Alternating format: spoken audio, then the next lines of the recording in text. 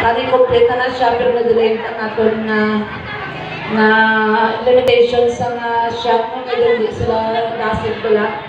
But ang aton sa Kumyan Sur, kagang going into La Puerta, okay na. But na next year, nag-promise naman nag-Christmas party kami sa office sa balay nila ni Kong, nag-promise sa akin. Nagkakadelayed man to ang 21 million natin, pero may 15 million ka na nato nun. And by March, early ang ating implementation sa covered court natin. So may additional kita na 1 million for next year, by March. So early pa siya.